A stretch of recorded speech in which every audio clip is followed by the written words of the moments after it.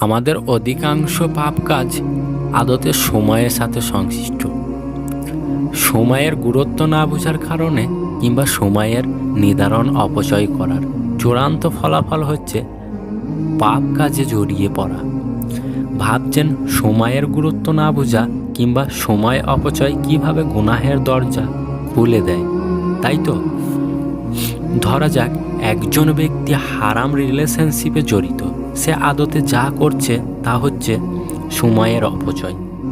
জীবনের মূল্যবান সময়গুলো সে এমন একটা খাতে ব্যয় করছে যা তার জন্য হালাল নয়।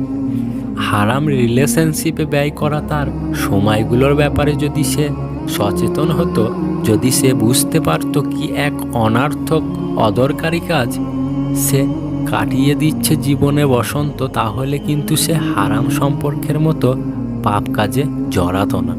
সময়গুলোকে সে এমনভাবে ব্যয় করত যা তার জীবনকে করে তুলত সুন্দর এবং অর্থবহন। সে এমন কাজে নিজেকে নিয়োজিত রাখত যা তাকে পাপের দরজা থেকে পুণ্যের দরজার দিকে টেনে নিয়ে আসতো। আবার ধরুন, এক লোক নাটক, সিনেমা, মুভি দেখতে খুব পছন্দ করে। ল্যাপটপ আর মোবাইলে সারাদিন চোখ ডুবিয়ে রাখে। নিত্য নতুন বিনোদন জগতের সাথে তার আজ গভীর সম্পর্ক। এখনও সে আসলে যা করছে তা হচ্ছে সময়ের অপচয়। সময়কে সে যথাযথভাবে মূল্যায়ন করতে পারছে না। সে ভাবছে বিনোদন এবং মনকে প্রফুল্ল করছে। আদতে সেসব যে তার অন্তরে অন্ধকারের প্রলেপ গাঢ় থেকে গাঢ়তর করে তুলছে সেটা কিন্তু সে বুঝতে পারছে না। মুভি, নাটক দেখে যে সময়গুলো সে ব্যয় করে প্রতিদিন, সেগুলো যদি সে নিজের কোনো স্কিল ডেভেলপমেন্টের পিছনে কাজে লাগাতো, তার কেরিয়ার কত চমৎকার একটা অর্জন হয়ে দাঁড়াতো সেটা। আবার কেউ যখন রাত জেগে মুভি না দেখে সোশ্যাল মিডিয়ায় স্ক্রলিং বাদ দিয়ে দ্রুত ঘুমিয়ে যায় এবং শেষ রাতে উঠে যায় নামাজে দাঁড়িয়ে আল্লাহর কাছে তার গুনাহ মুক্তির জন্য ক্ষমা প্রার্থনা করে, সে আদতে যা করে তা হলো সময়ের সদ্ব্যবহার। সঠিক ব্যবহারের সম্পর্কে সে সম্যক অবগত। যখন হারাম রিলেশনশিপের পিছনে সময় ব্যয় করে না, নিজের পরিবার, পিতামাতা, ভাই বোন, স্ত্রী, সন্তানের সাথে সময় কাটায়, সেই সময়গুলো তার অপচয় হয় না, যেগুলো সোনালি সঞ্চয় হয়ে দাঁড়ায়। হারামে না দাঁড়িয়ে হালালে থাকার কারণে বরং তার সওয়াব লাভ হয়।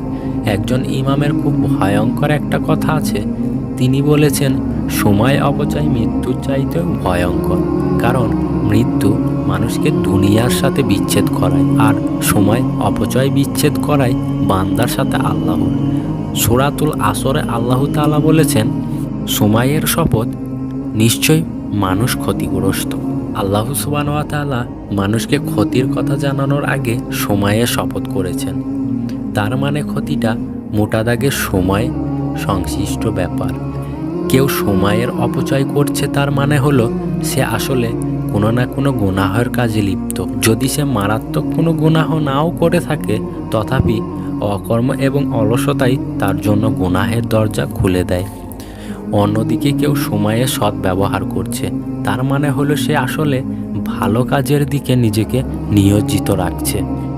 যদিও সে আহামরি কোনো আমল ইবাদত নাও করে থাকে, কাজের মাঝে নিজেকে ব্যস্ত রাখার দারুণ সে আসলে নিজেকে সামলে রাখতে পারে পাপের জগৎ থেকে, যা আসলে তার জন্য সওয়াবের দরজা খুলে দেওয়া।